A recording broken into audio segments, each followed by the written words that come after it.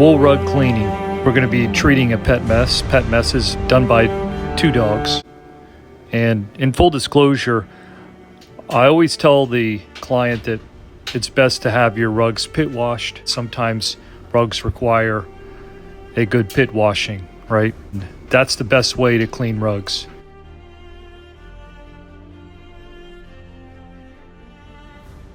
You can see this rug sheds a lot, obviously. Just checking to see the staining in the back, right? See how bad the rug is.